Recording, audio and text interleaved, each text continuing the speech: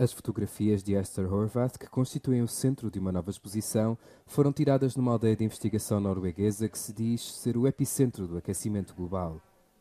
A fotógrafa sublinha que as alterações climáticas não acontecem de um dia para o outro. A investigação que observa os seus efeitos é árdua e exige paciência.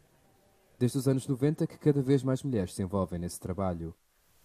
Lehetsz egy érzékeny, törékeny nő, és mégis imádhatod a hideget, és mehetsz egy ilyen nagy kihívásokkal teli útra, élhetsz ilyen helyeken, mert ez teljesen független, hogy valaki nő vagy férfi, ez igazából attól függ, hogy szereted a hideget, vagy nem szereted a jeget, vagy nem. Ez csak ettől függ, és egy inspirációt szeretnék ezekkel a képekkel adni a fiatal generációnak, hogy talán láthatják önmagukat, hogy lehetek egy szakács, és dolgozhatok egy ilyen expedíción, lehetek egy kutató, lehetek egy diák, és hogy ezeket el lehet érni, hogyha az ember ezt szeretné.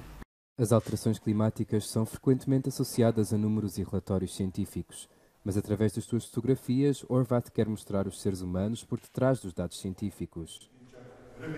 Milyen kutatások zajlanak nap mint nap, meg ahhoz, hogy megértsük a klímáknak a változását, az nagyon hosszú periódusokra van szükségünk, és ez a klímakutató és környezeti kutató falu, New Allison, amiről a kiállítás szól, az 1963-ban alapult, és azóta zajlanak kutatások minden nap, kivétel nélkül.